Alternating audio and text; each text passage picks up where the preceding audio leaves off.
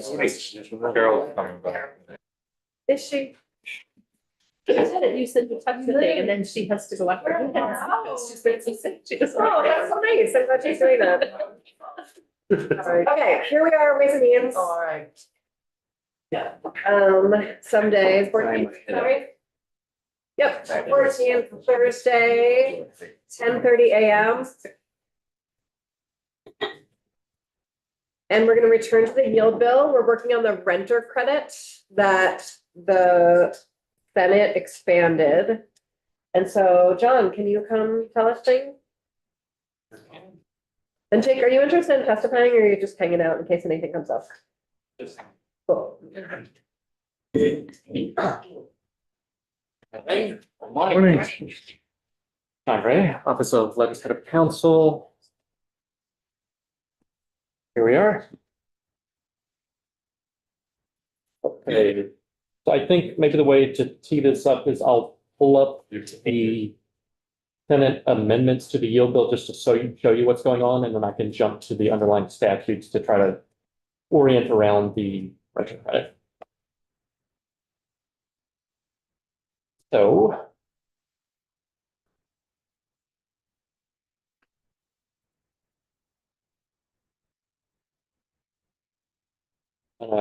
this is the Senate proposal amendment to H 949. You're looking at the third instance of amendment. Begins on page 4. So what you're going to see here this is a 1-year expansion of the renter credit. We've talked about this before, but the two pieces that this touches are the two ways in which a cap effectively is imposed on the renter credit. So one is there's an outright dollar figure cap on the renter credit, and in current law, that's $2,500. What you see in the proposed 1-year expansion is to bump that up by $750 to $3,250. So that is the outright statutory cap. But as I noted, there's really two pieces that affect this. So the other piece here is that the way the renter credit is determined, this will make more sense. Also, once I jump back to the underlying statute, the way that the renter credit is determined is tied to a particular percentage of fair market rent, just set by HUD. Current law is 10% of fair market rent, and the Senate proposal is to bump that up to 12.5. Okay. So here we are in Title 32, Section 6066. This is the same, this is a gigantic section that should really be multiple sections. But anyway, this includes your property tax credit, includes the circuit breaker, both pieces which you guys talked about yesterday. And then what you see under subsection B is the jump to the renter credit itself. Can you see this? I moved my tabs to the side to try to make it easier to jump, and I think it has shrunk screen space. It's all right. Okay. So the way that the credit is determined, and let me just jump to the eligibility conditions first. You can see to be eligible for an adjustment or credit under this chapter, the claimant must have been domiciled in the state during the entire taxable year. 2, may not be a person claimed as a dependent by any taxpayer under the Internal Revenue Code during the taxable year, and in the case of a renter, shall have rented property for at least 6 calendar months, but those don't need to be consecutive. But you need to have rented at least 6 calendar months. So the way that the renter credit is determined, and this is an instance where statutory language is really unhelpful, but we're going to look at it anyway, because that's my job. There's much easier ways to explain this than what this says, and in one case, I think it says the wrong thing. But what this is saying is your credit is determined based on where you fall relative to particular income limits. If you are at or below the extremely low income limit, you get 10% of fair market rent, which would be specific to your county, it's HUD determined. And you would get the full 10% of that fair market rent unless you hit the statutory cap of $2,500. The credit is available all the way up to the very low income limit, which technically does not match the definition of HUD very low income limit. Vermont has a state-specific definition of very low income limit that is a particular multiplier of the HUD very low income limit, and that's 1.3 times the HUD, which HUD's is 50%, that results in 65% of area median income is the idea. But so the way to say this is that the renter credit is available all the way up to that 65% of area median income. If you are below the extremely low income, which I think is at 30%, you're going to get that full 10% of fair market rent subject to the statutory cap, and you're going to slope down to the expiration of the credit at the extremely low income limit. So it's going to bring you from 10% of fair market rent all the way down to zero credit. And so the way I said all that without saying the language, but now I'll say the language because I think it will make sense. An eligible claimant who rented the homestead shall be entitled to a credit for the taxable year in an amount not to exceed $2,500. That's your statutory cap, and is calculated as follows. Under A, if the claimant's income is less than or equal to the extremely low income limit, the claimant shall be entitled to a credit in the amount of 10% of fair market rent. If the claimant's income is greater than the extremely low income limit, but less than or equal to the very low income limit, so it's between the two or at the very low, the claimant shall be entitled to a percentage of the credit that is proportional to the claimant's income that is less than the very low income limit. That's the clause I think that actually doesn't make sense, but I know what it's trying to say. So if the claimant's income is between those two, it's determined by subtracting the claimant's income from the very low income limit, dividing the value by the difference between the extremely low and very low, and multiplying that value by 10% of fair market rent. I'm just going to restate that. Let me restate that in a. You have to change the negative to a positive. So the way to think about, the way I would describe this, although I hope this will make sense, is I would say that the credit, the maximum credit calculation you can get is 10% of fair market rent. What you're technically getting if you're above extremely low, but at or below very low, the credit is reduced in proportion to the amount that your renter income exceeds the extremely low income limit. Does that make sense? So Do you have a table about this? So, I can give you two examples, although I know that when I describe things without having slides, it makes less sense. But this is very simple. Oh, no, great. Okay. So the credit is reduced in proportion to the amount that the renter's income exceeds the extremely low income as a percentage of the difference between the two limits. So you can think of it as how much within that bracket have you exceeded the extremely limited income limit? You convert that into a percentage and you reduce the 10% fair market credit by that amount. So an example, if the extremely low income limit is $10,000 and the very low income limit is $20,000, so that's a difference of $10,000 between the two income limits. If you were a renter with an income of $11,000, you would receive a credit of 9% of fair market rent. The way you would do that is you would determine the difference between the extremely low income limit and your income, that'd be $9,000. And then you would divide that by the difference between the two income limits. That would give you 90%. Taking 90%, you multiply that by 10% of fair market rent and you get a 9% fair market rent. If you had an income of $15,000, you would receive a credit of 5% of fair market rent, because you would determine a difference between the extremely low, the very low income and your income. That's 20,000 minus 15,000, you get 5,000. You divide that by the difference between the two limits. That gives you 50%, 5,000 divided by 10,000. And you multiply that by 10% fair market rent to give you 5% fair market rent. Does that make sense? Really great on the blackboard, whatever. I'm not going to volunteer to do that, but I. Charlie, a few times. You're reducing the credit, the max credit, in proportion to the amount that your income exceeds the extremely low income limit. That's the idea. If you are above the very low income limit, that's what you see under C here, you don't get a renter credit. There is a sort of special case here under subdivision D, a claimant who's eligible for a renter credit, including pursuant to B, which is the above extremely low income, but at or below very low.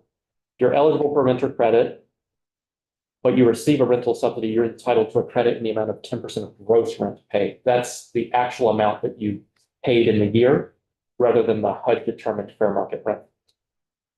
And then you can see under E what you might expect, that a renter credit is prorated by the number of calendar months in the taxable year during which you rented the homestead, except for that credit based on gross rent. It's also prorated by the portion of the principal dwelling used for business purposes, so it could be reduced if the building itself is used for multiple purposes. If the portion used for business purposes includes more than 25% of the floor space. That's a super special case, so maybe less important to pay There's attention a to. calculator spreadsheet on the tax website that has lots of stuff. That's good to look at.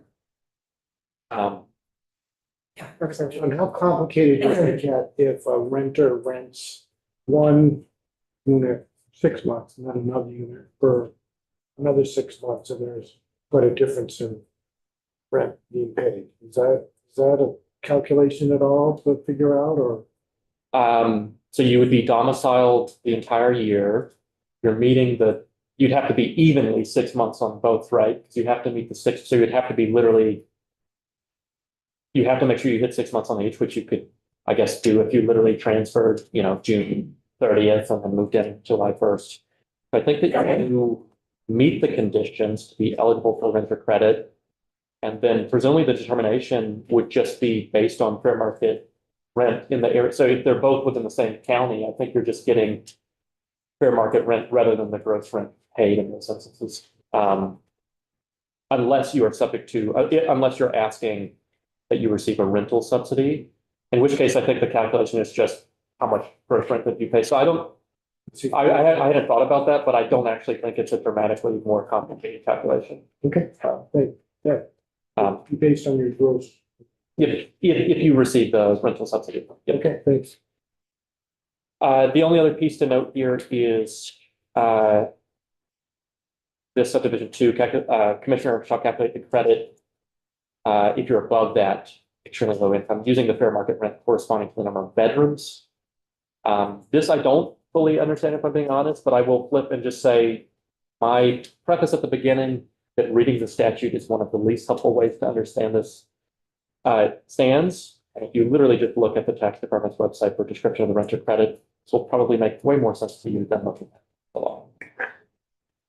I don't want to denigrate my position, but Seems like maybe you want to rewrite that first statute, though.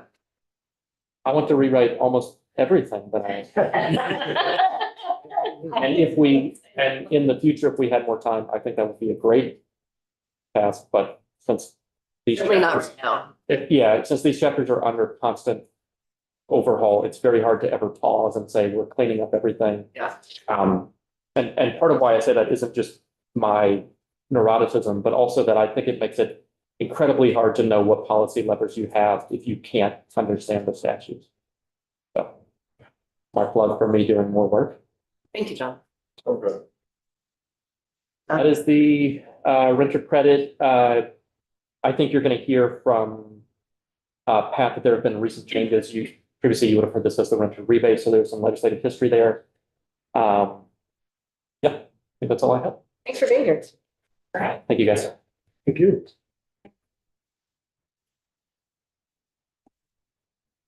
No tree. I'm sorry. More in the future. You do not need your graphic shenanigans. Thank you very much, John.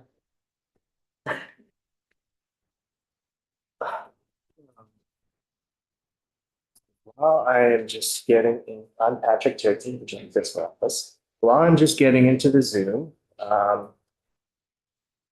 will just tell you what I'm going to talk to you about. So yeah, as John mentioned, I'm going to talk a little bit about some of the history. This area of law, this program was pretty significantly redone not all too long ago. And then we'll talk again about the current parameters and how it works. I will talk about that phase down or phase out that Sean was going through in the statute with you. And then we'll start looking at, what do the numbers actually look like and what is the Senate proposing be changed with all of that. In the Zoom now. And these slides, I will just mention that they are posted to the committee's website, so available to all. Yeah. Okay, so, right, so we'll talk about the history, we'll talk about what the renter rebate used to be, it's now the renter credit. The current law, by the numbers, and then what the Senate has sent over to you. So the renter rebate, provided cash assistance to renters who met certain income, requirements. And among other things, in 2020, the parameters of the renter rebate were quite different than what you see now in the renter credit. To be eligible, you have to be domiciled in Vermont for the full year and have an income below $47,000. Some other parameters included only one claimant per household could claim this credit, was not available to dependents, not available to part-year renters. It was not sensitive to family size, nor was it sensitive to the county which you lived in. Of course, you think geographically in Vermont, the rental markets in certain counties are going to differ quite a bit, right? What is it? Sorry, nothing. Nothing? No, I'll leave it back. So the what is your income? You know, if you think about personal income taxes, it's AGI. If you think about it for the property tax credit, it is household income, right? So it's thinking about what is actually income that's determining the eligibility. With the rebate, it's relatively simple, it was modified adjusted gross income. If you remember this from the Vermont investment proceeds tax, that was using modified adjusted gross income. So we've talked about it that, and really all that is AGI adding in, adding back really that credit you can receive for foreign wages. So the rental rebate was using that guy. The income and credit parameters, importantly, did not adjust for inflation. So remember that $47,000 threshold was static in statute. And to calculate the credit, that was based on 21% of contract rent. So that's going to be an important distinction when we go to current law. So contract rent is what you're actually paying out of pocket. So it's 21% of your actual lease agreement amount. And again, we'll see why that's important, especially when we get to the current parameters. And so there was a bit of a structure. So, and I'll have an example of this calculation because as you see it in the screen right now, it might not be super intuitive, but so it's 21% of contract rent minus a percentage of income. So if you were between 0 and 9 and 10,000, it would be 2% of that would be subtracted. Between 10,000 and 25,000, 4.5%, and then up to 47% would be 5%. Again, I'll have a little example showing that calculation.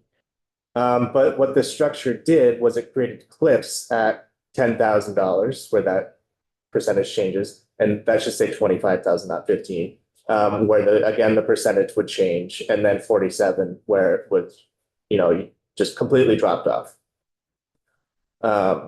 And at the time, the rebate, the max amount was capped at $3,000.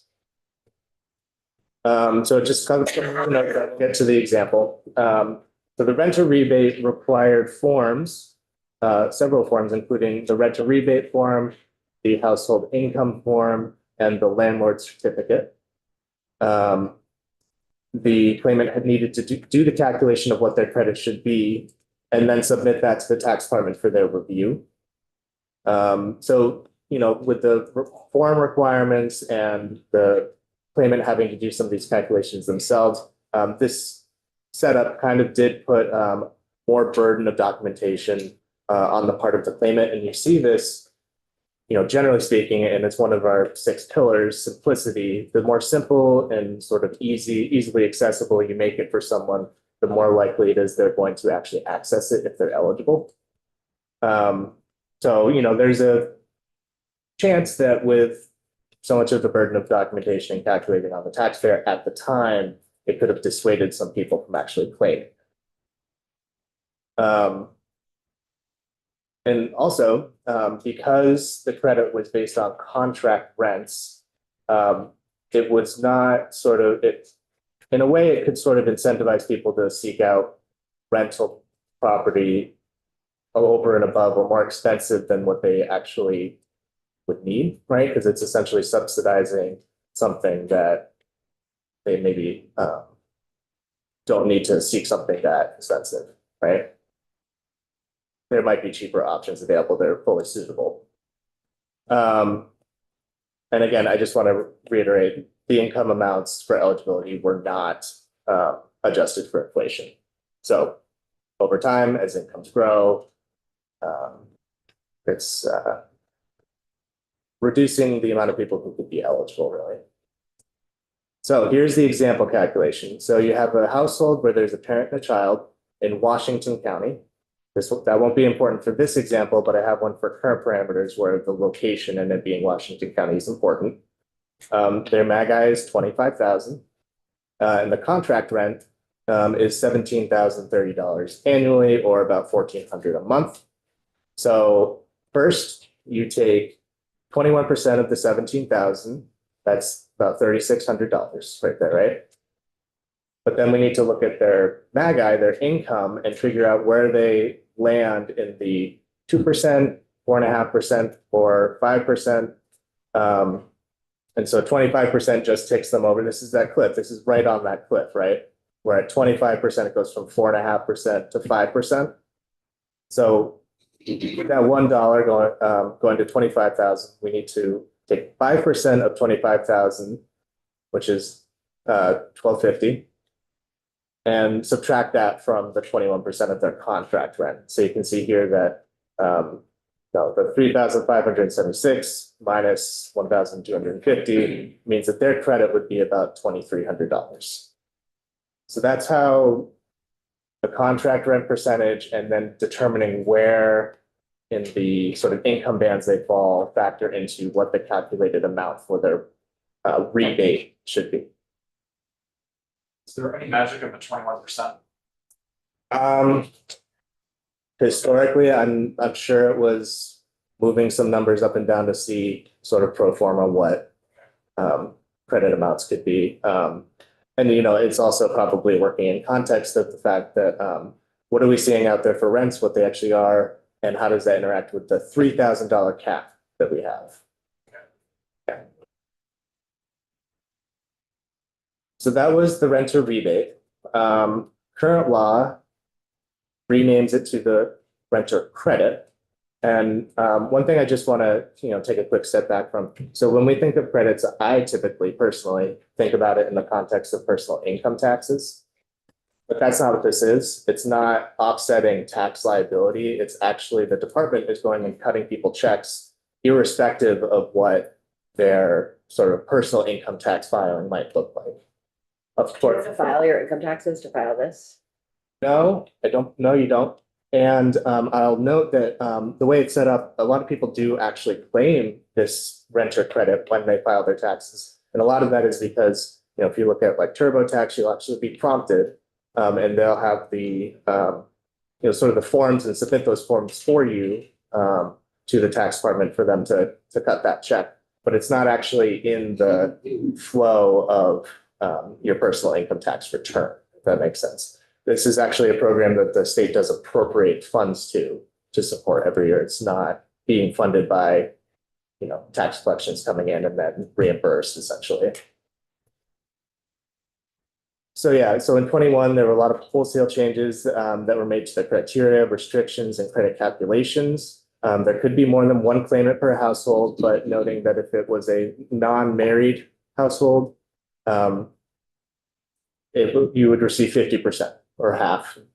If you have a roommate and you're both income eligible and can receive, or if just one of you is income eligible and can receive, it's 50%. Yeah, I don't think if it's 3 roommates, 4 roommates, you just 5% and whether you're in. I don't know if that's specifically spelled out. I'd have to double check. If you had 4 people living in a household, would you say the most you could get is 25% of the credit, depending on if you're income eligible? That's my question.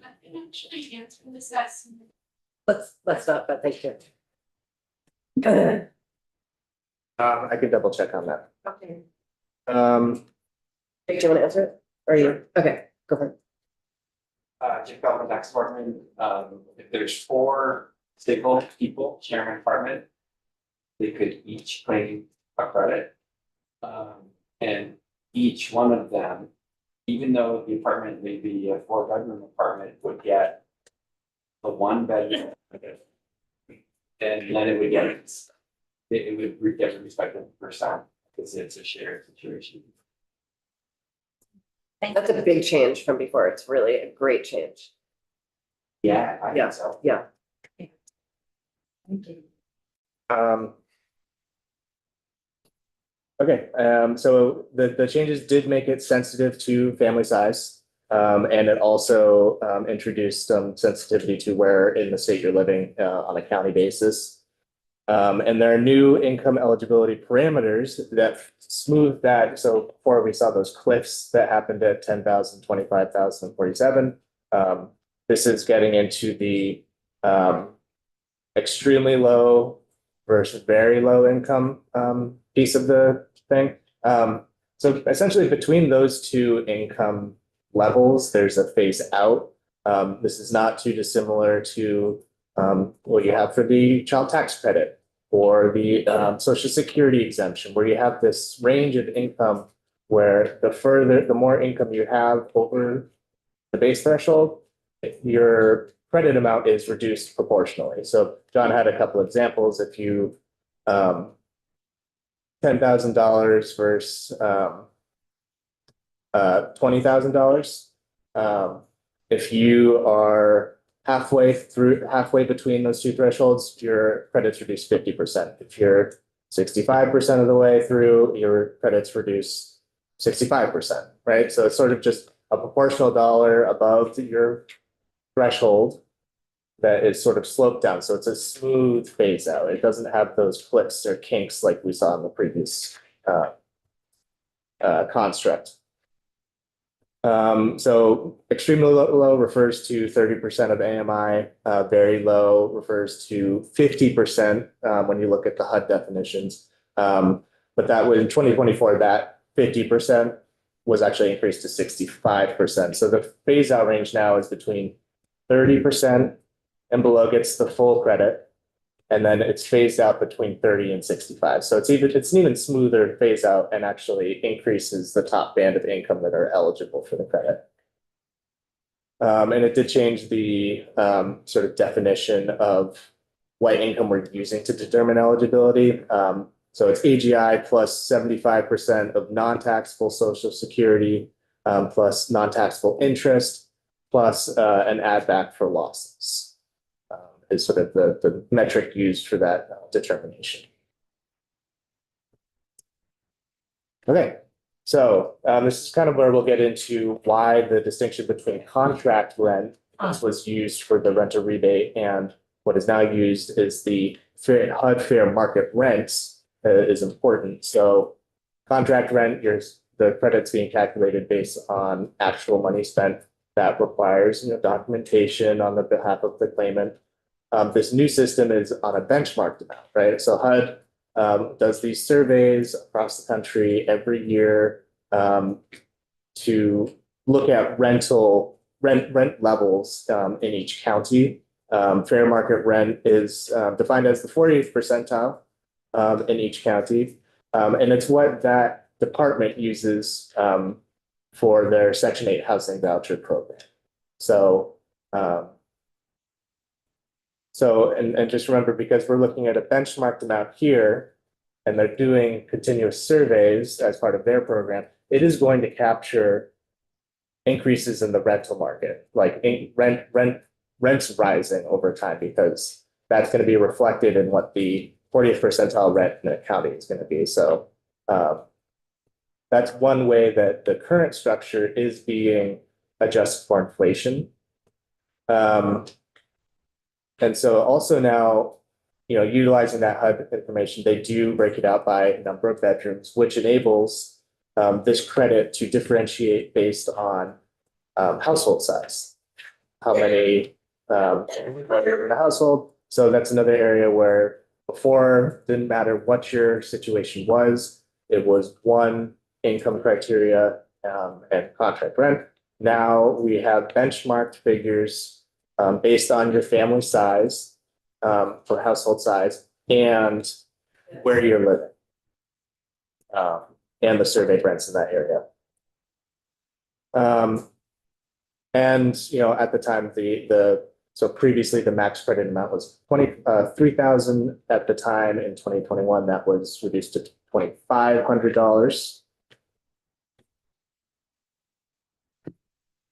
And so I have a couple other notes, and then I have an example to show what the calculation looks like. The renter credit only requires the renter rebate form, and a simplified landlord certificate. So fewer forms and documentation that is on the taxpayer for the claimant to provide. The tax department is actually they're the ones doing the calculation of what the credit should be. So again, the claimant's not having to do that math. And so really what those two changes really simplify the process for claimants. And again, I know benefits cliffs are often a topic of conversation all around the building.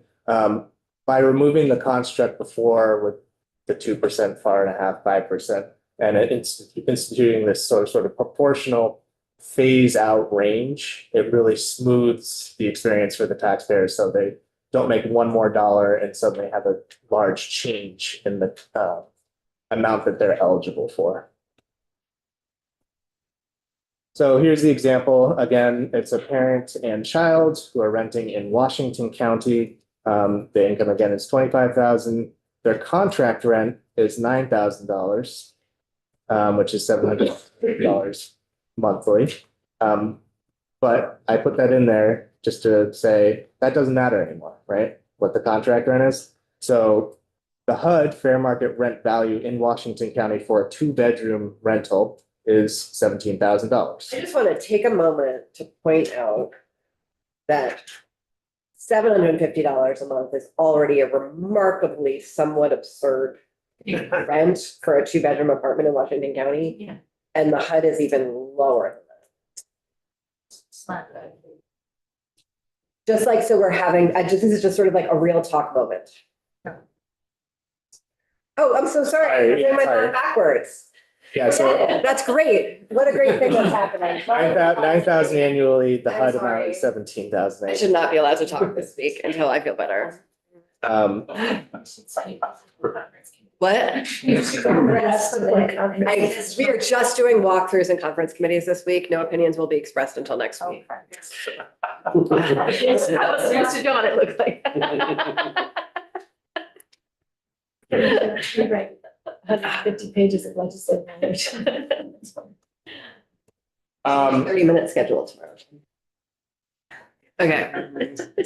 Back to you, Pat. So $25,000 Let's see this income. So 30%, that extremely low distinction in Washington County is 26,500. So at 25,000, they're going to be eligible for the full credit amount. And so really the calculation you do here is pretty simple. You just take the 17,000, multiply it by 10% to get the credit amount. You can see here that that's $1,700 that this claimant would be eligible for, which is below the $2,500 max credit amount. So, Well, fairness, Madam Chair, I think $750 a month is fancy anyway. It's $1,500, $2,500. Yes. For 2-bedroom That's apartment, very kind of you, Representative. unless you're at the dorm, yeah. Anyway, thank you. Yeah. Thank you. Back to you, Pat.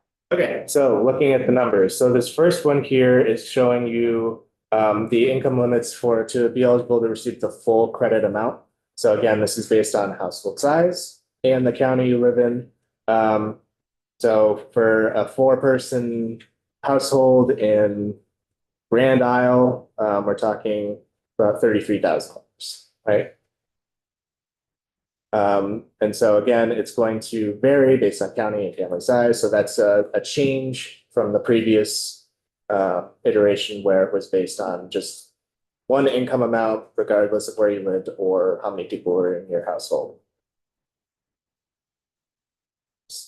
I'm just curious because some of the towns that have higher limits for one or two people have lower limits for larger families. What's that about? Can you show me an example, maybe, which one should I? Windsor versus Grand Isle. And columns 1 and columns 4 or 5. Are you asking why? Why is it reverse direction? Why are the limits different in different counties, but in different ways across family size? Why is family size changing that as opposed to does that reflect the availability of units of different sizes in different places? So these are just reflecting sort of area median income in those counties. So what this reflects is, so this is the limit to be eligible for the full credit amount. This is reflecting the 30th percentile of income in those areas. Is that? So in Grand Isle, at the 30th percentile for one person, it's 23,050 in Windsor and it's 22 in 790. But when you go to column 4, it's 32,090 in Windsor, which is lower than Grand Isle, 33. So are they using, what are the different numbers? Why, I'm just looking at why you get reverse relationship. I'm not sure I know the answer to that. I mean, this is coming from the calculator tool that is available.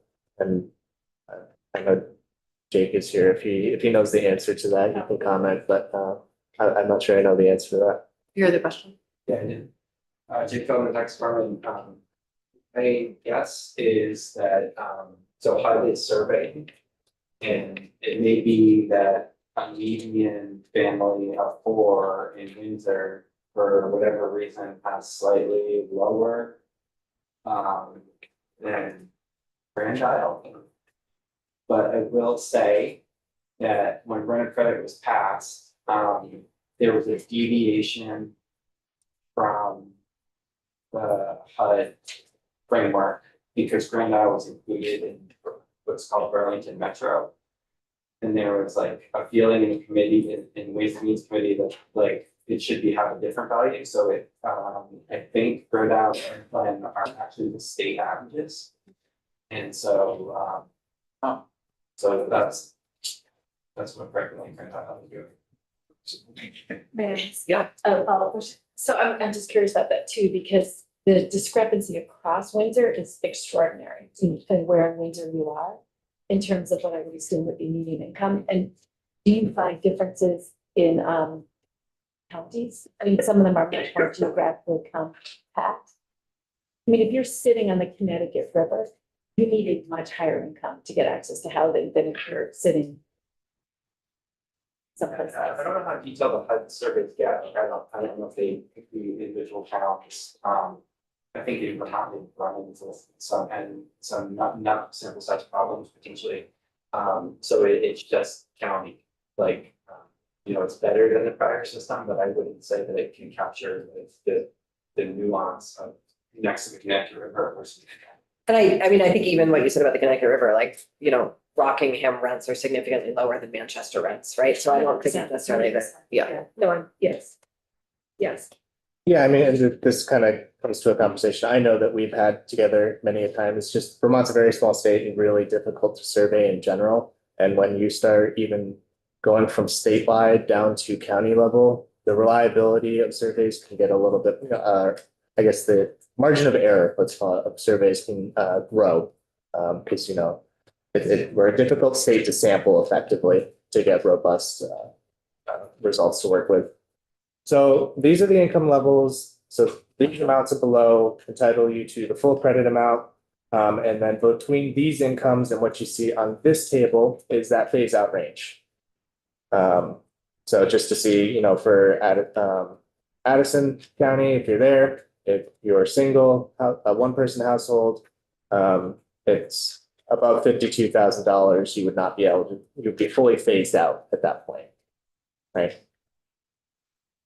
And so this is showing for the 2025 claim year, the credit amounts, the maximum credit amounts you could be eligible for based on the 10%, the $2,500 cap, And, based on, assuming your income makes you fully eligible for the full amount.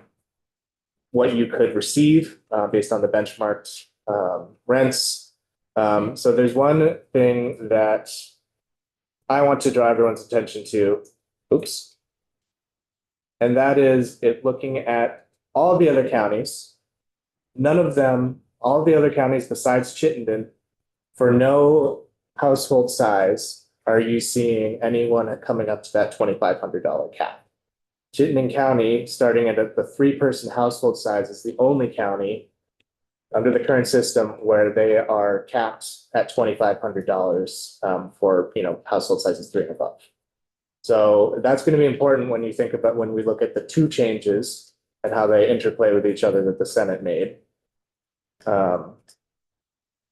And again, just kind of looking at how this has evolved over time, you see prior to 2021 is when we had the renter rebate. Average credit amounts were in the $700 to $750 range. About 10 to 12,000 claimants were actually receiving this. The first year of the renter credit being claim year 2021, again, about 11,000 individuals, but you did see that the average credit amount decreased. And again, it actually decreased on the average amount again in 2022. Although you see the note here, a lot of that had to do with COVID rent relief, lowering that program cost overall. So not necessarily an indication of just kind of the environment and the credit program working as intended, but sort of an external factor contributing to the amount that it was sending to payments going down. And so in 23, about $600 on average, and then 24, remember that's when the 50% of area median income was bumped out to 65%. You do see the number of claimants jumping to about 16,000 people on average receiving about $630. And then the most recent data available, which is preliminary at the time that it was pulled, about almost 16,000 individuals receiving about $640 from the credit. Okay. So what you've received from the Senate.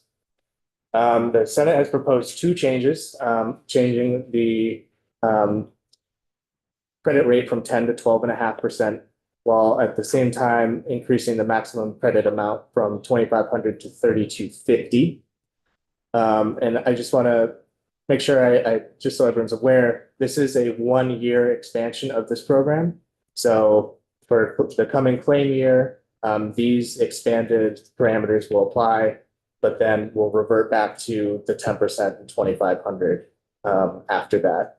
Just again, remember, this is a program that is appropriated for because the department's actually kept writing checks. So it's a one-time appropriation that really is being applied to this, not an increase in the base level. So we estimate that this expansion will cost approximately $4 million in fiscal year 27. And just want to note that both the budget and the yield bill that you've received account for this change. And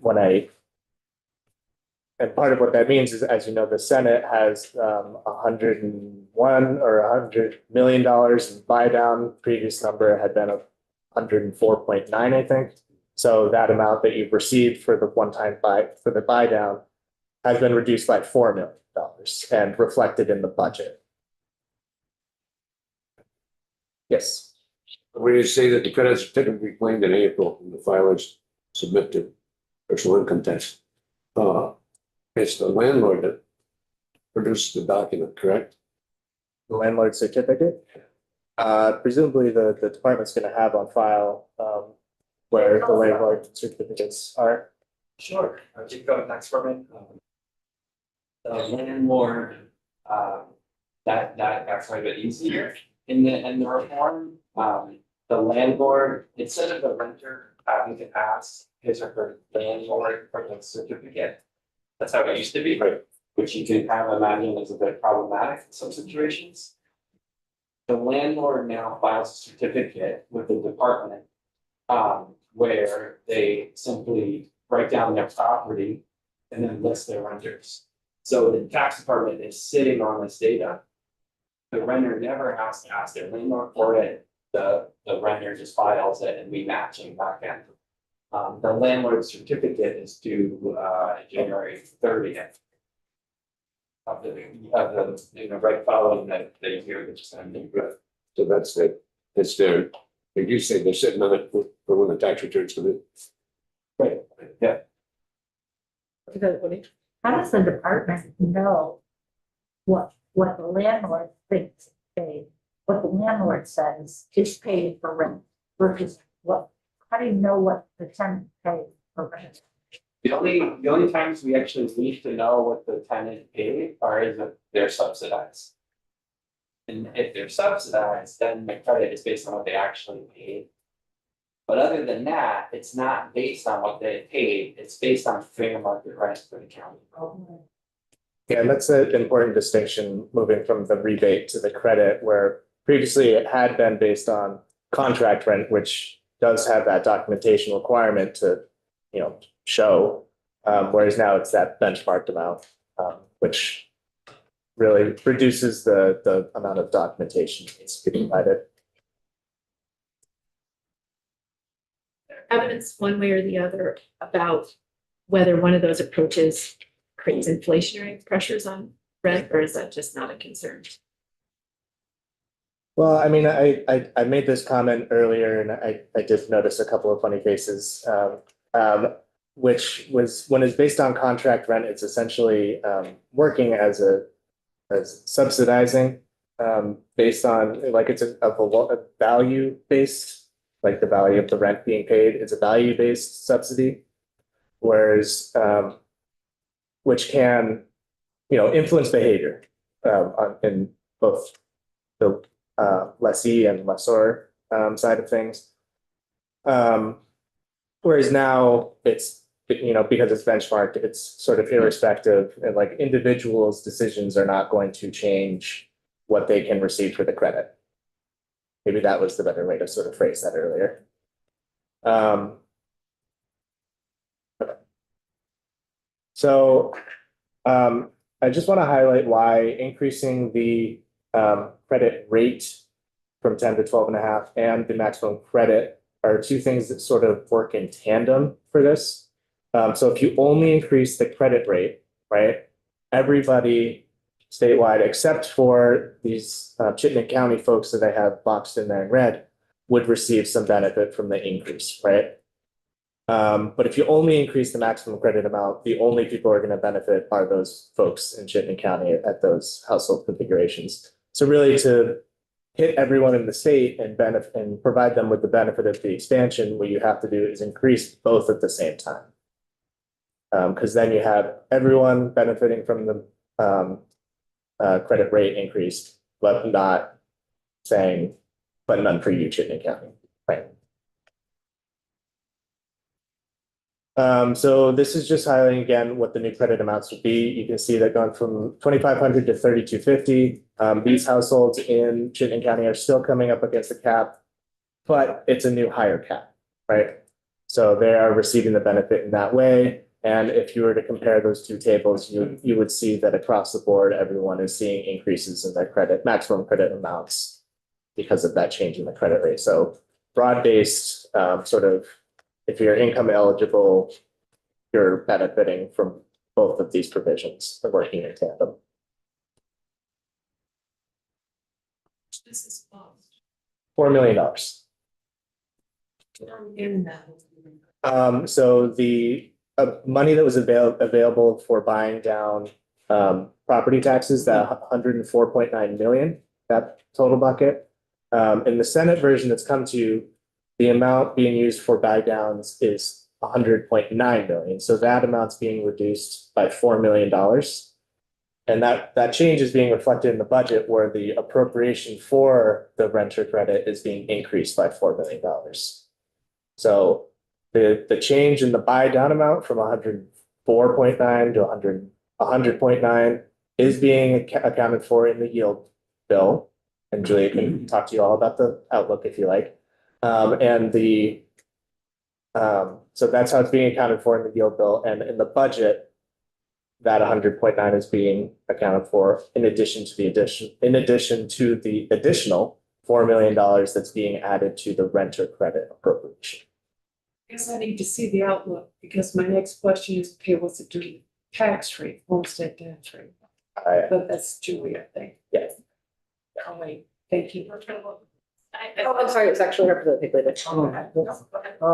So this kind of brings me to my question that I didn't ask in a good way, but, you know, it's a fairness issue for me. If we're gonna have the credit rate increase from 10 to 12.5, maximum credit for renters is 25 to 32.50. Again, we've talked about it, but shouldn't we be adjusting the, you know, outside value cap, the income adjusted amount of, you know, and the property tax credit cap? I mean, it's a fairness issue for me, I guess. Is why are we doing it for renters and not, we talked about with, in particular, you know, house out values going up extremely, and anyway, just, it'd be good for discussion at least. Am I wrong in saying that it appears to be a fairness issue for me? That we're just adjusting things for the renters and not the regular property tax? I don't want to speak for the Senate, but in what senators told me, and I'm sure they'll say this in the committee of conference, is that they were saying we're putting all this general fund money towards lowering property taxes. We should also put some general fund money towards lowering costs for renters. So I think they saw it as a fairness issue, which is why the word fair is so hard in a political context. But, you know, there's still the existing renter credit, right? I mean, Well, there's the existing income adjustment, right? But we're lowering it even further below that. again, we're changing the credit on renters. Yeah. Just, we're not adjusting anything. I mean, we're, yeah, giving property tax owners a break, but that's not being adjusted at all based on outside value or income level or maximum amount that you could get. Just- Yeah. Yeah. It's true. And I think, you know, and Jake brought that idea about adjusting the house, you know, adjusting the value as well. Yeah. So this is related but tangential. I know a couple years ago, Dartmouth College paid students $5,000 each if they rented off campus, and it just wiped out the availability of rental housing in a lot of communities in the Upper Valley. And I know that historically, something like 15 or 16% of housing in rental housing in Chittenden has been UVM, right? And I know there's been a lot of UVM construction. Are we seeing infusing there, or is that only what we're seeing there? Because because the question is, who captures the benefit? So what I saw in the definitions here is that you need to not be dependent on someone else's tax return in order to get this credit. And I imagine most college students are dependent on someone else's tax return. The other thing is, Yeah, which is that's a whole other thing. Yeah. Representative Page. If you're residing in a low income facility that's allocated to low income, would you be eligible for this rental rebate? Are you Like saying? Rural Edge or something? Sorry, say again. Like in my area, there's Rural Edge that provides housing for low income. Yeah, I mean, if you are renting that space, you know, they are acting as a landlord, right? So if you're renting that space from them, and you are, you know, income eligible, you'd be eligible to receive this. And also remember, if you are a subsidized renter, it's going to be, in this scenario, 12.5% of what you actually are paying. So, Instead of using the fair market value. instead of using the benchmark amount, right?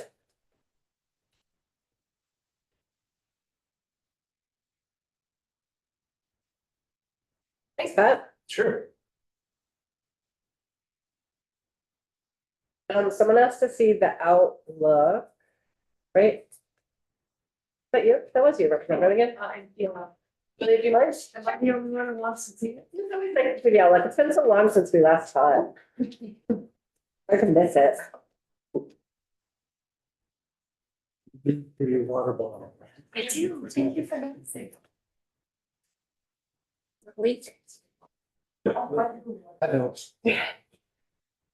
Hi, I'm Julie Richter, Joint Fiscal Office. So I just sent something to Autumn, which I believe she's gonna post. And that's the outlook that reflects the differences between the House and the Senate construct using the latest budget information. It doesn't reflect what would happen if the Senate construct existed without the renter credit, but we can talk about the intuition of that. So I'll go ahead and share my screen.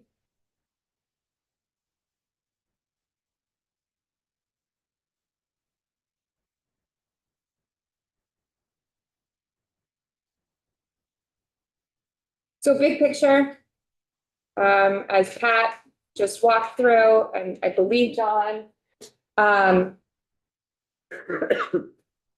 I was a little late to committee, so I didn't hear your full discussion, but, the renter credit cost, sorry? Little. The expansion of the renter credit costs, an estimated 4 million, which is accounted for in the budget, meaning that rather than 104.9 million being transferred into the education fund, 100.9 million being transferred into the ed fund. That remaining 4 is being used to up the renter credit appropriation. Intuitively, when you think about it, the less one-time money that comes into the education fund, the less revenue from non-property sources, the more that needs to be made up for property. So what you see here, we looked at this outlook last week, recently, and columns D and E reflect the Senate construct. Column D is reflecting the rate and yield as passed out of the Senate, and then we had updated budget information. So column E reflects, with the updated budget information, what would the Senate construct look like? What we can see here is that by using the full 100.9 million to uniformly lower property tax bills in FY27, that would result in an estimated increase of 3.5%. That's about 0.2 percentage points higher of an average bill change than if the transfer were to be 104.9 rather than 100.9.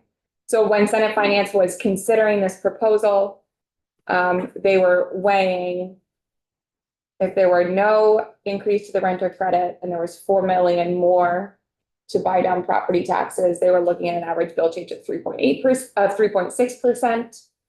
And then by increasing the renter credit, 4 million couldn't be used to lower property taxes, which then bumped it up by 0.2 percentage points to 3.8%. And then as school budgets continue to come down, now we're looking at 3.5%. Julia, why under column D is the outside value 3.6 and the non-homestead value 3.8? Great question. It wasn't when we were doing the initial modeling with the old budget data, but because new budget data came in, and so we saw the shift of per pupil spending across districts, it made it so that the homestead rates in some districts changed, which then changed our average bill estimate. So what we're seeing here is you can see that originally, as passed out of the Senate, the homestead yield was lower than what it could be with the updated budget information, meaning that rates were higher, homestead rates were higher. And the non-homestead rate was higher, which means that there was a shift with the budgets, which is why they come down. But if we had passed either of those with the data that we have now, they would be uniform? Say that again? Not going to, actually, it's okay. Let's do Do you want me to just try to rephrase it? Sure.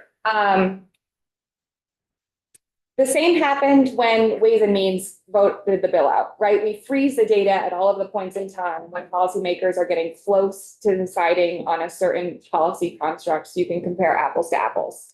That happened in Ways and Means. And then the House voted out the yield bill. I went to the Senate and I said, well, now that we've updated the budget information, they meant to pass out a uniform bill change, but with the updated budget information, it's no longer uniform. Homestead is estimated to increase by 6.2%, non-homestead by 7%. So if Ways and Means had been deliberating with the updated data, then, and they were to maintain the same policy construct, then they would have seen a uniform bill change of 6.4%. So the same is true with Senate Finance. They were deliberating, they landed on, we want to do a uniform average bill change. We want to use 100.9 million in one time to lower all property taxes. We're going to estimate the numbers based off of that best available data. And then since then, better data became available. So all to say, if everyone was in broad agreement that you definitely wanted to go with the House Ways and Means, the House construct, you definitely wanted to go with the Senate construct and you didn't want to make any changes, you would still need to amend the bill in conference because the budget data has been updated since both bodies have voted.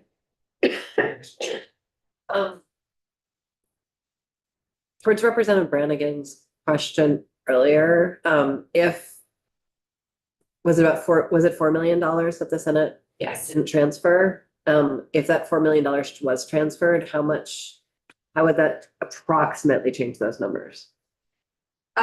It would make, if there were to be that additional 4 million, so it's the 104.9 million, it would make the average bill change decrease by about 0.2 percentage points. So if it were to be the Senate construct using it all in 1 year, the average bill would be closer to 3.3% rather than 3.5%.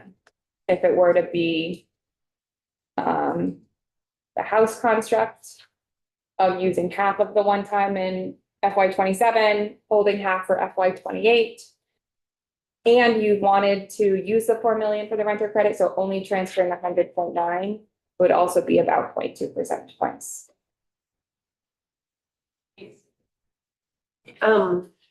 We were talking about the circuit breaker earlier today. And I wondered if you have a sense of what moving the threshold might do, like how much that might cost. Even just like moving it, like it's at 47 now, like moving it up to 50 or something like that.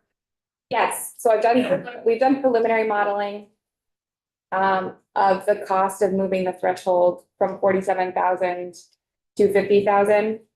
And we estimate that would cost around in the ballpark of 300 to 500,000. Because you're not going to be picking up a lot of households.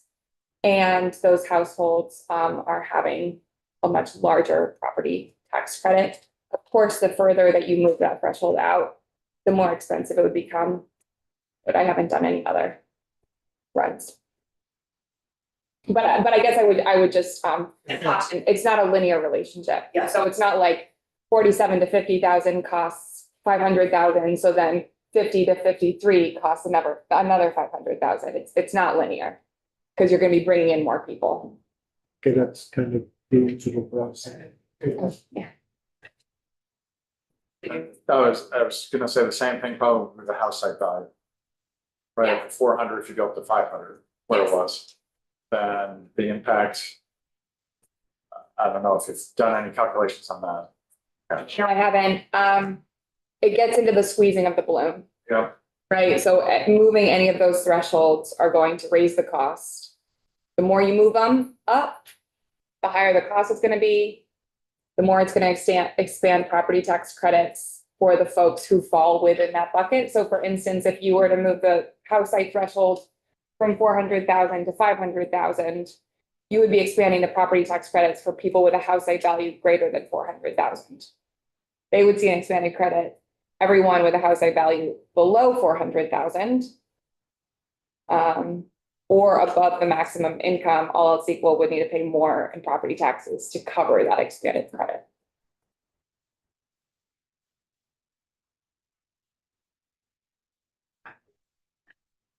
Any other questions for Julia? Wow, okay, thanks, Julia. I'm gonna make some public service announcements. H 955 passed Senate Finance yesterday. It's in Senate Appropriations today. They'll be on their floor on Tuesday or Wednesday. So that's I thought you said 555 or 9:55, sorry. And so, you know, anything could change between now and then, but if it's helpful for folks to look at that.